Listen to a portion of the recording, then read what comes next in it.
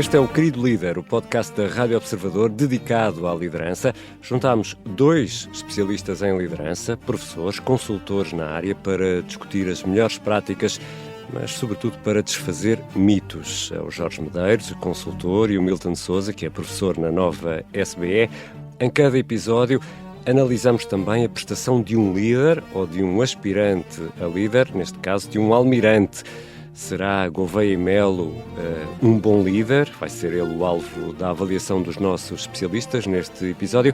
E também temos os tão desejados conselhos. São conselhos essenciais para uma boa liderança e hoje vamos falar de disciplina. Confesso que a escolha do tema nada tem a ver com o almirante. Calhou ser disciplina neste terceiro episódio. E como sempre também temos um convidado, neste caso uma convidada, Filipa Pinto Coelho, presidente executiva da Joia Portugal e da Vila Convida. Vamos conhecer uma gestora que quebra barreiras e já vamos perceber melhor porquê. Eu sou o Ricardo Conceição e este é o Querido Líder. Bem-vindos, Jorge Medeiros e Milton Sousa, os nossos queridos líderes. Viva, Ricardo. Bem-vindos. O Jorge é consultor e professor, o Milton Sousa também, e é professor na Nova SBE. E estes nossos episódios arrancam sempre com a análise de um caso prático, num segmento a que chamamos Sim Chefe e Não Chefe. Ou seja, vamos avaliar virtudes e erros de liderança e nunca é demais lembrar que aqui, sobretudo para os nossos analistas de serviço, está a análise da forma e não do conteúdo do analisado. E esta semana vamos olhar para Gouveia e Melo. Milton, o almirante merece-te um sim-chefe ou um não-chefe? Obrigado, Ricardo. Eu diria que é um sim-pai. Sim-pai? Um sim-pai. E passo a explicar. Obviamente que há muitas formas de liderar, há muitos estilos de liderança. E ao pensar sobre este tema, há uma em particular que me parece se ajustar muito bem ao almirante Gouveia e Melo e chama-se liderança paternalista, que é de verdade um conceito que tem sido bastante estudado. Daí o pai. Daí o pai. E, portanto, tem sido muito estudado em muitos contextos, até originalmente estudado muito no contexto asiático, que é uma forma muito própria de pensar a liderança, que até acho que se ajusta muito bem àquilo que é o nosso contexto cultural. E este tipo de líderes tem 3 características fundamentais. Uma delas é, desde logo, um forte ênfase naquilo que é disciplina e autoridade, que me parece ser um check relativamente àquilo que é o nosso almirante. Por outro lado, uma certa benevolência paternalista, ou seja, há uma preocupação com os outros, uma benevolência que se transmite de alguma forma nos seus atos. E eu acho que isso foi muito evidente também na forma como ele tratou do caso da pandemia. E por fim há uma certa superioridade moral que também se transparece, que me parece também ser muito central na forma como ele articula as suas ideias e na forma como ele se apresenta enquanto líder. Claro que tudo isso também depende muito da forma como definimos o que é um pai, né? O que é esta figura de um pai. E ainda nessa linha há todo um conjunto de estudos também que falam de 2 diferentes formas de ver a figura do pai. Esta figura de liderança paternalista, uma primeira imagem de facto benevolente, muito centrada em querer ajudar quem o segue, e uma talvez um bocadinho mais exploratória, um bocadinho mais exigente, mais preocupada com o respeito pela sua autoridade. E é aqui que eu ainda não sei muito bem onde é que se encaixa o nosso almirante, mas eu diria que, de certa forma, ele se alinha muito bem com esta abordagem de liderança paternalista, que é muito típico também, já agora, em culturas em que há uma distância ao poder muito natural. E, portanto, eu diria que é um sim-chefe, mas é talvez um sim-pai. Sim-pai. Jorge Medeiros, e a tua avaliação? Olha, eu pensei aqui trazer alguns temas e ir muito atrás no estudo da liderança. Quando se começou a estudar a liderança de uma forma mais estruturada, estamos a falar do início do século XX, e havia assim uma herança que se chamava a teoria do grande homem. E a teoria do grande homem basicamente... Não me digas que vamos bater no pai também. Não vamos, e eu digo já onde quero chegar. Mas a teoria do grande homem era uma teoria que era essencialmente ou nasce assim, ou acabou. E, portanto, começou com um estudo de figuras históricas, etc. Portanto, se estamos a falar de estudos profundamente enviesados, este é apenas mais um exemplo. Agora, sim, chefe, em relação à escolha que eu estou a pressupor que o almirante tem na gestão dos silêncios.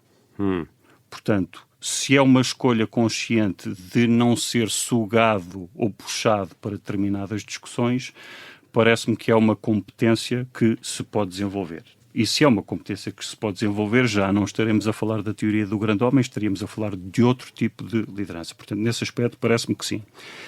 Acho que é importante trazer aqui também outros pontos, e uma vez que o nosso programa também está muito direcionado para pensar a liderança e para quem nos ouve pensar a liderança, acho que vale a pena trazer aqui uma distinção, e aviso já que vou ser muito simplista nesta análise, mas só para trazer aqui alguns pontos, algumas diferenças fundamentais entre o que é uma estrutura militar e o que é o mundo da gestão. E o que é o mundo da gestão, ainda para mais hoje, mais complexo, mais interligado, já falámos disto brevemente em episódios anteriores. Então o que é que nós temos?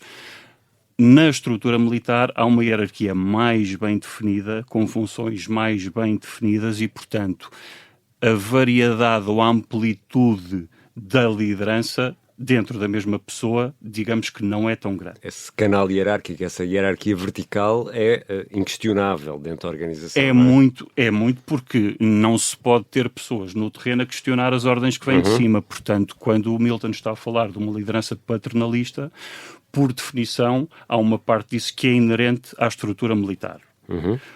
Onde é que eu quero chegar com isto? É que é importante fazer esta distinção, porque se nós temos uma estrutura que está treinada e capacitada para nos obedecer e para questionar pouco as nossas ordens, até que ponto é que a reflexão para o mundo da gestão é se isto é transponível para o mundo da gestão? Eu quero deixar esta pergunta no ar, acho que fica aqui. É um ponto interessante, Jorge, porque no fundo, quando nada é posto em causa nunca, se calhar o líder militar acha que faz tudo bem. Diz o jornalista. Eu estou a fazer perguntas. E muito bem. Eu estou a fazer perguntas. Neste querido líder, ainda vamos conversar com uma gestora que acredito faz a diferença todos os dias na vida de muitas pessoas, e a Filipa Pinto Coelho mostra que isso é possível, já vamos conhecer melhor. Aproveito este momento para deixar aquele pedido especial que vamos aqui deixando sempre em cada episódio: clicar em seguir este podcast na aplicação que habitualmente usa para ouvir podcasts, Apple Podcasts, Spotify, YouTube, enfim. E já agora, se gostou deste episódio ou de outro, por que não partilhá-lo com um amigo ou um familiar? Não é preciso partilhar com todos, às vezes com um ou com outro é mais eficaz. Está na hora de irmos aos tão ansiados conselhos de liderança, no segmento que, no fundo, dá nome ao nosso podcast, Querido Líder. E hoje temos um tópico muito importante e muito associado à liderança: disciplina. Hoje vamos falar de disciplina. Milton, um bom líder deve disciplinar ou ser disciplinado? Uma excelente questão. Eu acho que não podíamos ter escolhido melhor líder hoje para falar destes temas. Mas calhou. Foi por cá, foi coincidência. E eu queria aproveitar também naquela deixa que o Jorge deixou há pouco, desta questão que tem a ver com esta disciplina inquestionável que existe, ou pelo menos uma hierarquia inquestionável que existe dentro do contexto militar, que a meu ver até permite criar espaço para maior liberdade também. E portanto é muito curioso porque, já que estamos a falar de almirantes, tive a oportunidade também uma vez de assistir a uma sessão com o almirante Mendes Calado, o anterior almirante, em que lhe perguntaram o que é que tinha sido o segredo do seu sucesso enquanto militar, e houve uma coisa que ele disse que surpreendeu muita gente, que foi a liberdade que tinha dado às pessoas. E eu achei aquilo muito interessante, como é que ele conseguia conciliar dentro desta lógica muito hierarquizada de uma autoridade inquestionável, como é que ele conseguiu conciliar esta mensagem de que é precisamente por ter um contexto desta inquestionável liderança que tem mais espaço para dar liberdade também. E essa liberdade conquista as pessoas e dá-lhes eles também maior motivação para depois me seguirem quando é necessário. Eu achei aquilo muito interessante. Portanto há aqui uma certa lógica paradoxal entre disciplina e liberdade que é muito interessante. E já agora, só uma nota também muito rápida. Quando pensamos, há um termo que se usa muito nos dias de hoje, já há alguns anos, né, que é o termo VUCA, né, que é esta coisa que se diz que é um mundo volátil, incerto, complexo e ambíguo, que hoje em dia se transformou... São quatro sinónimos, basicamente, a mesma coisa. Mas há um outro termo que é o BUNY, que é o brittle, anxious, non-linear, incomprehensible, vai tudo dar ao mesmo. Mas é curioso porque este termo foi originalmente proposto no exército norte-americano já nos anos 80.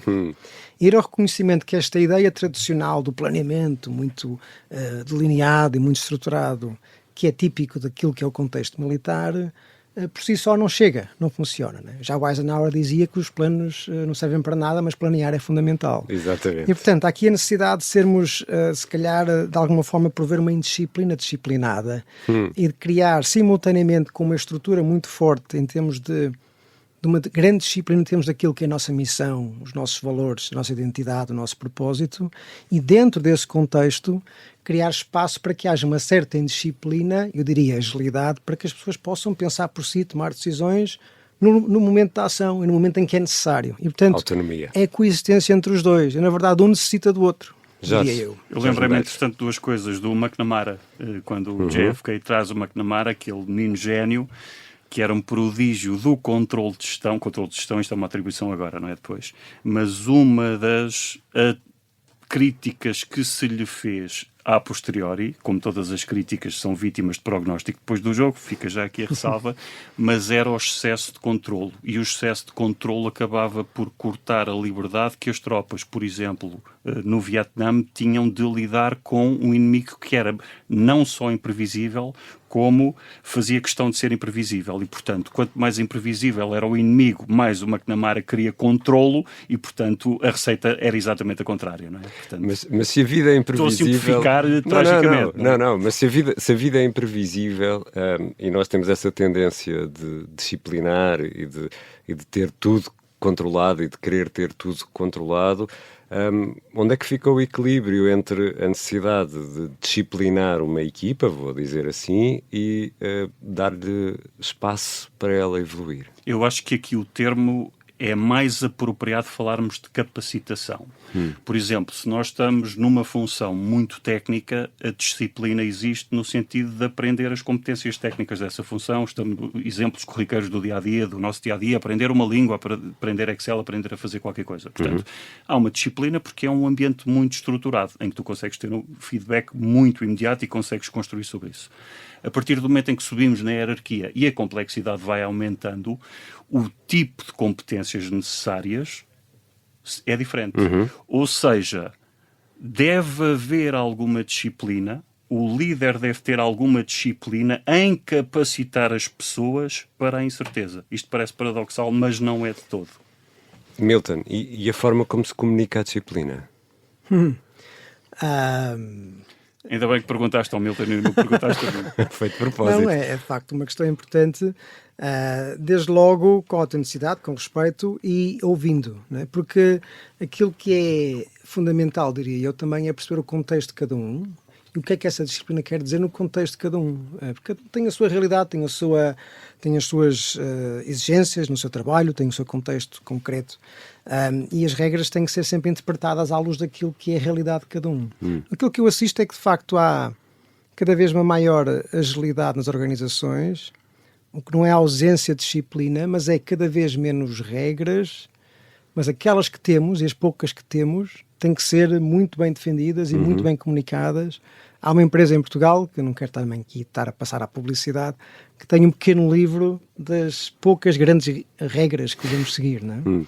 E é um bocadinho esta a ideia, são poucas as regras que temos, mas serão religiosas, e dentro desse espaço, depois há muito espaço de manobra para cada um poder interpretar aquilo que é a aplicação dessas regras no seu contexto. Portanto, é esta coincidência entre liberdade e disciplina. Mas isso também pressupõe que, para dar essa autonomia às pessoas, as pessoas também já têm de ter algum grau de maturidade e capacitação para saber interpretar o que é a essência, para depois terem liberdade. E eu, para disciplinar o tempo deste podcast, Jorge, em 30 segundos, como é que, se conseguires, como é que se promove a autodisciplina?